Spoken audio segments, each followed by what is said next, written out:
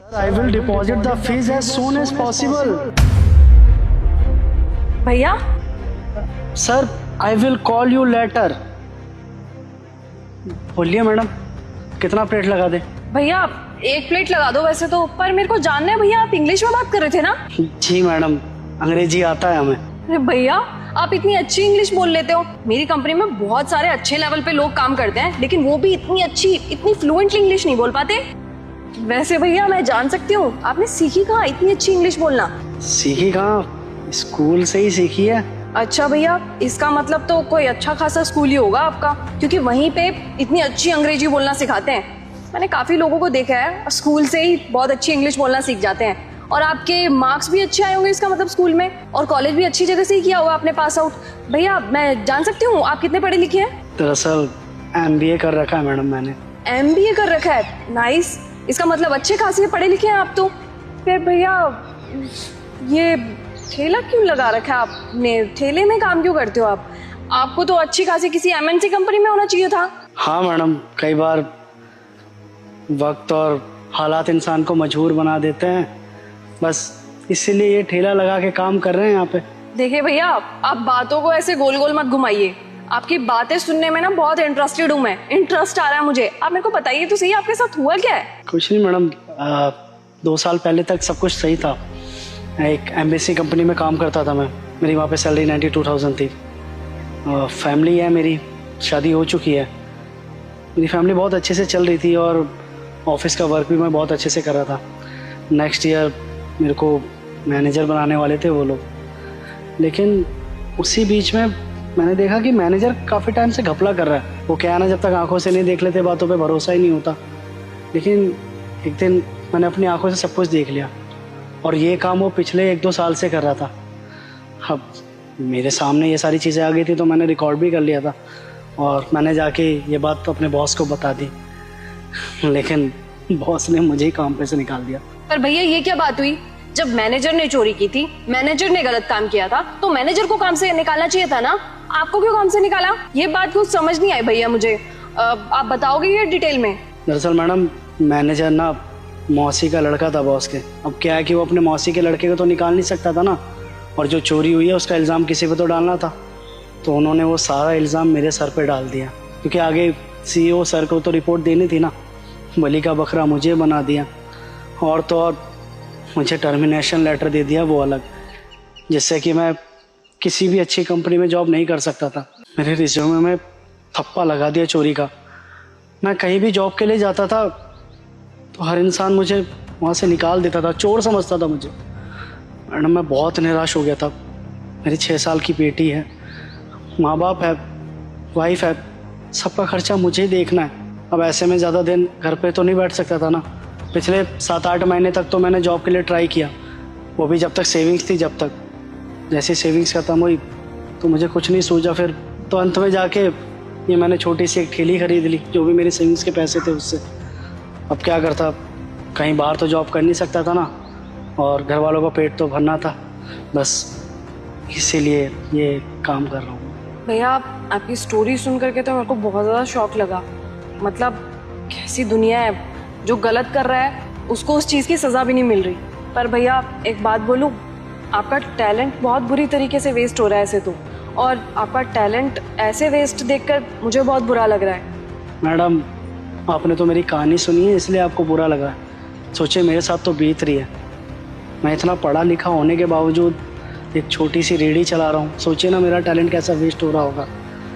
और कॉल पे भी मैं सर को यही बता रहा था कि उसकी फ़ीस भरने में थोड़ा सा वक्त लगेगा।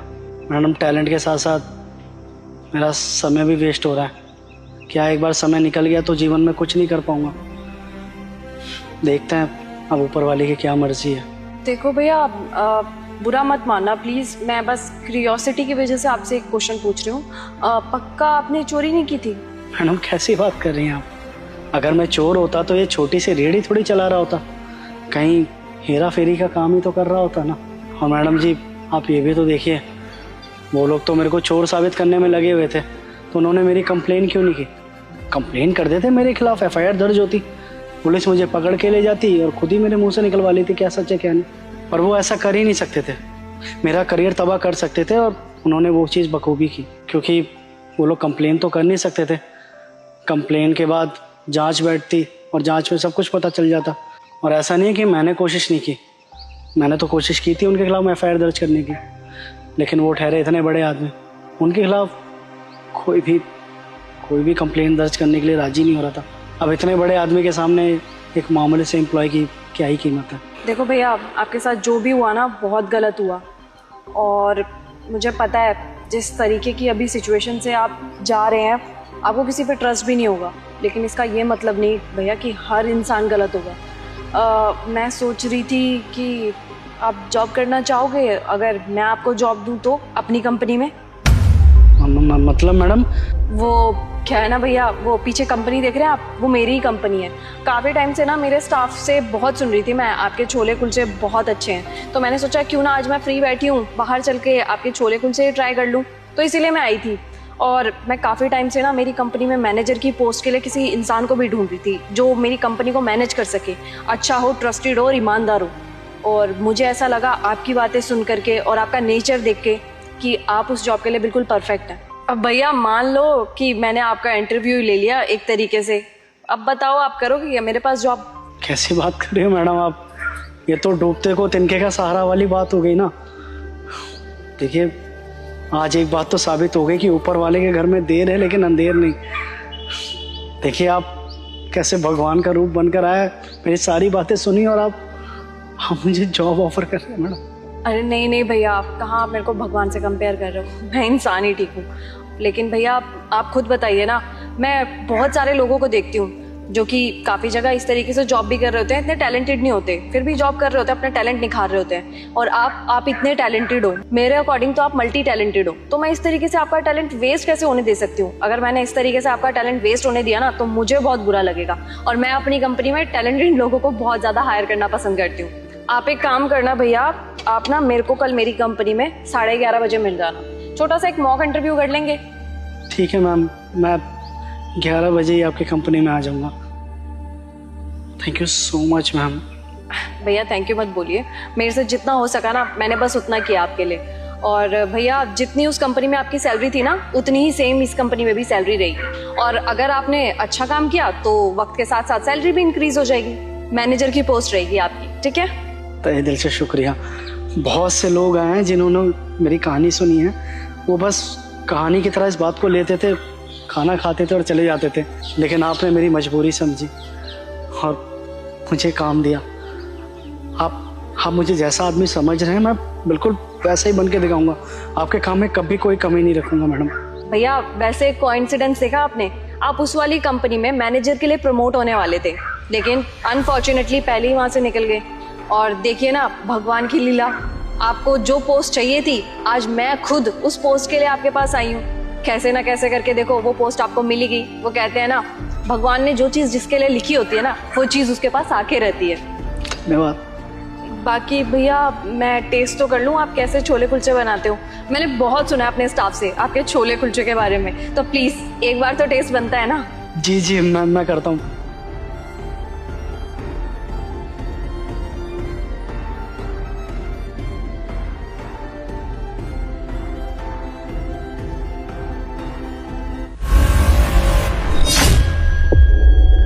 अरे नमस्ते मैडम। नमस्ते। जतिन ये कौन है और तुम इसको इस हालत में यहाँ पे क्यों लेके आए हो? ये हमारी पत्नी है। अब तो समझ में आ गया ना आपको कि वाकई हमारी पत्नी की बहुत ज्यादा तबीयत खराब है। अब तो मिल जाएगा ना हमको छुट्टी। जतिन क्या बोले जा रहे हो, मुझे कुछ समझ में नहीं आ रहा। और तुम्हें दिख रहा है ना तुम्हारी वाइफ की तबीयत इतनी ज्यादा खराब है, तो तुम इसको यहाँ पे क्यों लेके आए हो? लेके जाओ ना इसको हॉस्पिटल, वहाँ पे ठीक होगी, यहाँ पे बैठे बैठे ठीक होगी क्या? और पता नहीं क्या बातें कर रहे हो तुम। हम कोई ऐसा वैसा बात नहीं कर रहे हैं आपसे, बिल्कुल सच बता रहे हैं आपको। हमसे बोला गया था कि हम पर शक है कि हम झूठ बोल रहे हैं, झूठ बोल कर छुट्टी मांग रहे हैं। अरे हम पे भरोसा नहीं किया गया, इसलिए अपना पत्नी को यहाँ पर लेके आया दिखाने के लिए कि उसका सच में कितना ज़्यादा तबीयत खराब है। अब तो यकीन हो गया ना आपको कि सच में इसका तबीयत खराब है। लेकिन जतिन मुझे एक बात बताओ, तुमने मुझे कब आकर के बताया कि तुम्हारी वाइफ की तबीयत इतनी ज्यादा खराब है और तुम्हें छुट्टी चाहिए तुम्हारी वाइफ के इलाज के लिए? क्या बात कर रहे हैं मैडम आप? अरे पिछले 1 महीने से छुट्टी मांग रहे हैं हम इस ऑफिस में, लेकिन हमें छुट्टी ही नहीं मिल रहा है। हमने बोला भी कि छुट्टी दे दो और कुछ एडवांस भी दे दो। छुट्टी तो दूर का बात है, पैसा देने से भी मना कर दिया हमको। हमको बोला गया कि हम झूठ बोल रहे हैं। अरे हम करते तो क्या करते, इसलिए मजबूरन हम इसे यहाँ पर ले आए उठा के। अस्पताल में पूरा पूरा दिन रहना पड़ता है। डॉक्टर अगर कोई दवाई लिख के दे तो भागा दौड़ी करना पड़ता है। अब ऐसे में कैसे भागा दौड़ी करेंगे? अपना कहने वाले तो इस शहर में इसका हम ही है ना। तो बस हम इसे यहाँ पर ले आए, कम से कम इसका देख रेख तो हमारी आंखों के सामने होगा ना। भूख प्यास जो भी लगेगा हम करके देंगे यहाँ पे, लेकिन ऐसे अस्पताल में अकेला नहीं छोड़ेंगे इसको। पिछले 1 महीने से हमारे बीवी को टाइफाइड हो रखा है। अरे इतना बड़ा बुखार होता है वो, इसलिए हम छुट्टी मांग रहे हैं, लेकिन बड़े साहब छुट्टी देने से ही मना कर दिया। बताइए हम नाटक करेंगे क्या? इसका दवाई ववाई का भी देख रेख करना पड़ेगा, इसलिए हम इसे यहाँ पर ले आए। बताइए ना हमने क्या गलत किया? देखो जतिन, तुम जो भी बोल रहे हो ना, मुझे अभी भी कुछ समझ में नहीं आ रहा है। अगर तुम्हारी वाइफ की तबीयत इतनी ज्यादा खराब थी तो तुम्हें डायरेक्ट मुझे आकर के बताना चाहिए था ना। तुम मुझे खुद से बताओ कि तुमने मुझे डायरेक्ट आकर के बात बताई कि तुम्हारी वाइफ की तबीयत खराब है। अगर तुम शायद मेरे को आकर के बताते तब मैं तुम्हें छुट्टी भी देती, क्योंकि शायद मैं तुम्हें ज्यादा अच्छी तरीके से समझती। लेकिन तुमने मुझे नहीं बताया ना, क्योंकि जतिन अगर तुम मेरे को आके बताते ना अपनी वाइफ की सिचुएशन के बारे में तो मैं छुट्टी तुम्हें जरूर देती। अरे कैसे बताएं मैडम, आप बताइए ना। आप ऑफिस में आते हैं, आप अपना वो मीटिंग के लिए पता नहीं कहाँ कहाँ जाते रहते हैं, और ऑफिस में आते भी हैं तो 1-2 घंटा के लिए आते हैं। अब ऐसे में आप हमारा मामूली से सिक्योरिटी गार्ड का बात सुनेंगे, हमारा बात सुनने के लिए बैठेंगे? अरे आपके जाने के बाद तो हमारे लिए बॉस वही है। आप ही बोल के गए थे हमें कि जैसा जैसा राहुल सर बोलेंगे वैसा वैसा करना, वो मैनेजर है यहाँ का। तो बस हम सारा बात उनसे कहते थे, सारी तकलीफ उनसे बांटते थे, लेकिन उन्होंने हमारी एक भी नहीं सुनी, छुट्टी नहीं दी मैडम। मजबूर हो गए हम। और आज इसको यहाँ पर इसलिए लेकर आए क्योंकि सुबह जब यहाँ पर आए थे तो सफाई कर्मचारी ने बताया हमको कि आज आपका ऑफिस का कैबिन साफ किया है वो।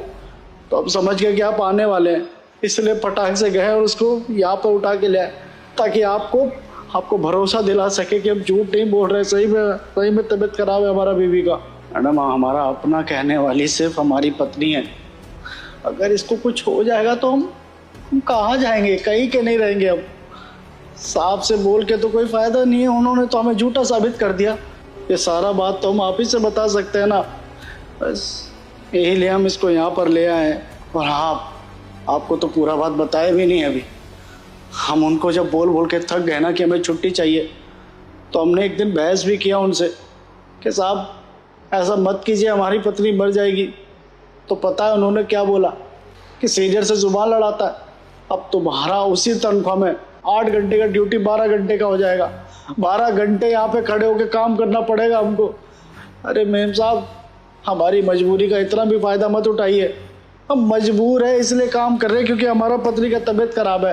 अब ऐसे में काम छोड़ देंगे तो 1-2 महीना तो लगेगा ना ढूंढने में, इसीलिए यहाँ पे लग के काम कर रहे। साहब को जो ठीक लगा उन्होंने किया ना, तो बस हमको जो ठीक लगा वो हमने भी किया। देखो जतिन, मैं तुम्हें अभी की अभी एक चीज़ क्लियर कर देती हूँ। तुमने शायद राहुल को ये बात बताई होगी, लेकिन राहुल ने अभी तक मुझे तुम्हारे बारे में कुछ बताया ही नहीं है कि तुम छुट्टी लेना चाहते हो और तुम्हारी वाइफ की तबीयत इतनी ज़्यादा ख़राब है। मुझे सब समझ में आ गया कि वो क्या करने की कोशिश कर रहा है। मेरे पीठ पीछे मैंने उसको यहाँ पे इसलिए रखा है ताकि वो मेरे सारे स्टाफ को देख सके, मेरे सारे स्टाफ की केयर कर सके।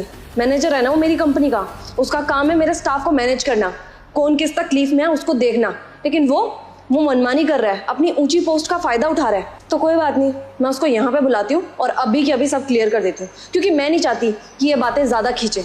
तुम रुको 1 सेकेंड। अरे मैडम जी। हेलो राहुल, मैं ऑफिस के नीचे खड़ी हूँ, नीचे आओ जल्दी, बात करनी है तुमसे कुछ। अरे ये क्या किए मैडम जी, क्यों बुला लिया यहाँ पर? आप चली जाइएगा तो वो हमको नौकरी से निकाल देंगे। जतिन, इस ऑफिस की मालकिन ना मैं हूँ, ना कि वो तुम्हें ऑफिस से नहीं निकाल सकता, मैं निकाल सकती हूँ, वो भी मेरा मन करेगा तो। और तुमने कोई गलत काम नहीं किया है जो मैं तुम्हें ऑफिस से निकालूंगी। 2 मिनट शांत खड़े रहो। हाँ मैडम जी, बुलाया आपने मुझे? हाँ बुलाया मैंने तुम्हें। ये सब क्या है? अबे भाई, कौन है ये? क्यों लिया इस भिखारन को यहाँ पे? निकल यहाँ से। दिमाग खराब है क्या राहुल तुम्हारा? किस तरीके से बात कर रहे हो तुम जतिन से? तुम्हें दिखाई नहीं दे रहा वो अपनी वाइफ के साथ आया, उसकी वाइफ की तबीयत कितनी ज्यादा खराब है? अरे मैडम जी, आप भी ना बड़ी भोली हैं, ऐसे लोगों की बातों में आ जाती हैं। अरे अगर ये बीमारी होती तो इसको यहाँ पर कैसे लेके आ गया? क्यों भाई? अरे मुझे अच्छे से पता है मैडम जी, नाटक कर रहे हैं ये दोनों। छुट्टी चाहिए, घूमने जाना होगा कहीं। मैं तो कह रहा हूँ छुट्टी उट्टी मत दो इनको। ओए निकल यहाँ से, ड्रामा बना रखा है। अच्छा, तो तुम्हें ये सब बहाना लग रहा है। मुझे एक बात बताओ राहुल, जतिन तुमसे पिछले 1 महीने से छुट्टी मांग रहा है और तुम्हें ये सब बहाने लग रहे हैं उसके। वो आज अपनी वाइफ को यहाँ पे ले आया, उसके बाद भी तुम्हें लग रहा है कि जतिन बहाने कर रहा है ना? अरे तुमने उसे मजबूर कर दिया। पिछले 1 महीने से जब वो छुट्टी तुमसे मांग रहा था, तुमने नहीं दी, तो आज उसे ना चाहते हुए भी अपनी वाइफ को यहाँ पे लाना पड़ रहा है, ये दिखाने के लिए कि उसकी वाइफ की तबीयत सच में इतनी ज्यादा खराब है। राहुल, अगर उसकी वाइफ को कुछ हो जाएगा तो उसकी गारंटी कौन लेगा? तुम। अरे तुम्हारे अंदर इंसानियत नाम की चीज बची है कि नहीं? मैंने तुम्हें यहाँ पे किस लिए हायर किया था? ताकि तुम मेरे पीठ पीछे मेरे सारे के सारे स्टाफ का ख्याल रख सको। ऐसे ऐसे ख्याल रख रहे हो तुम मेरे स्टाफ का? अरे तू पागल वागल है क्या तू? जब तेरी वाइफ की तबीयत इतनी ज्यादा खराब थी तो मेरे को बता नहीं सकता था तू यहाँ पे उठा के ले आया? अपनी बकवास बंद करो राहुल। तुम्हारे बच्चे के समर वेकेशन चल रहे हैं ना, उस रिगार्डिंग तुम्हें छुट्टी चाहिए थी, क्योंकि तुम्हें घूमने जाना अपने बच्चे को लेकर के। वो तुम्हें छुट्टी जायज लग रही है, और जब जतिन को छुट्टी की इतनी ज्यादा जरूरत है क्योंकि उसकी वाइफ की तबीयत देखना, अपनी आंखों से देखो कितनी ज्यादा तबीयत खराब है, तब तुम उसको छुट्टी नहीं दे रहे हो। तुम्हारी छुट्टी जायज है और जतिन की नहीं। ये कहाँ का इंसाफ है राहुल? और तुम मुझे एक बात बताओ राहुल, तुमने एक बार भी बताना जरूरी नहीं समझा कि पिछले 1 महीने से जतिन छुट्टी मांग रहा है? तुम यहाँ के मालिक हो या मैं? मुझे एक बात बताओ, कंपनी में मैनेजर का काम करते हो ना तुम? क्या खाक के मैनेजर हो तुम, जब तुम ये सब मैनेज ही नहीं कर पा रहे हो? मुझे लगता नहीं तुम अपना काम सही से कर पा रहे हो। तुम एक काम करो, तुम अभी के अभी ना घर निकलो अपने। छुट्टी आज से तुम्हारी। तुम्हें ना यहाँ पे आने की जरूरत नहीं है अब से। समझ में आया तुम्हें? चलो निकलो। मैडम जी माफ कर दीजिए, गलती हो गई। इतनी सी बात में आप मुझे नौकरी से क्यों निकाल रही हैं? देखिए अगर ऐसी कोई बात है तो भाई ले लो छुट्टी, मुझे नहीं चाहिए ऐसा कुछ भी। देखिए मैडम जी माफ कर दीजिए, मुझे नौकरी से मत निकालिए, बहुत ज्यादा जरूरत है मुझे इस नौकरी की। अरे अभी अभी तो मेरा प्रमोशन हुआ है और अभी मेरे को आप नौकरी से निकाल देंगी मैडम, मेरा पूरा घर बर्बाद हो जाएगा। ये मैडम भरोसा कीजिए, आज के बाद ऐसा कुछ नहीं करूंगा मैं। भरोसा करके ही ना मैं अपने पीठ पीछे जितनी भी रिस्पॉन्सिबिलिटी थी ना तुम्हें देके जाती थी। अपना सारा का सारा स्टाफ ना तुम्हारे हाथों सौंप के जाती थी, लेकिन तुमने क्या किया? मेरे स्टाफ की देखना कैसी हालत कर दी। देखो मैं ना अपने स्टाफ में बिल्कुल भी भेदभाव नहीं करती, लेकिन तुम अपनी पोस्ट का गलत फायदा उठा रहे हो। अभी प्रमोट हुए ना तुम मैनेजर की पोस्ट में, और तुम इस बात का बिल्कुल गलत फायदा उठा रहे हो। तुम एक काम करो, तुम इस ऑफिस में काम करने लायक नहीं हो, तुम निकलो यहाँ से, क्योंकि तुम भेदभाव करते हो लोगों में, अपनी ऊंची पोस्ट का फायदा उठा रहे हो और बेचारा स्टाफ जो तुमसे नीचे काम करता है उनको दबा रहे हो। तुम निकलो, चलो यहाँ से। मैडम जी तरस खाइए, थोड़ा रहम कीजिए मेरे ऊपर। हर मैं सच में ऐसा आगे से कुछ भी नहीं करूंगा, माफ कर दीजिए, बस इस बार माफ कर दीजिए मैडम। हाँ, आगे से ऐसा कुछ हो भी नहीं जाना चाहिए। ये तुम्हारी फर्स्ट गलती है ना, इसलिए तुम्हें माफ कर रही हूँ, लेकिन पनिशमेंट तो तुम्हें मिलेगी। वेकेशंस के लिए जा रहे थे ना तुम, तुम्हारी वेकेशंस का प्लान कैंसिल। चुपचाप यहीं पे रहना और ऑफिस का काम संभालना। समझ में आया तुम्हें? और जतिन, आप अभी की अभी अपनी वाइफ को यहाँ से लेकर के जाओ, हॉस्पिटल में एडमिट करवाओ, और जो भी खर्चा होगा ना हॉस्पिटल में तुम्हारी वाइफ के इलाज का, वो सारा का सारा ऑफिस के एक्सपेंस में डाल देना। राहुल को समझा देना, वो एक्सपेंस में डाल देगा, ठीक है? और अपनी वाइफ का ख्याल रखना। तुम जल्दी से हॉस्पिटल जाओ, तुम्हारी वाइफ की तबीयत बिल्कुल भी अच्छी नहीं है। आपका बहुत बहुत शुक्रिया मैडम, अगर आपने छुट्टी नहीं दी होती तो उसको कुछ भी हो सकता था, उनको छोड़ के चली जाती है। बहुत बहुत शुक्रिया आपका। देखो जतिन, इन सब का बिल्कुल भी वक्त नहीं है। तुम ऑलरेडी 1 महीना लेट हो चुके हो किसी की वजह से। तुम जल्दी से अपने वाइफ को एडमिट करवाओ। ठीक है, यही पकड़ो, चलते हैं, अभी लेके चलते हैं अस्पताल।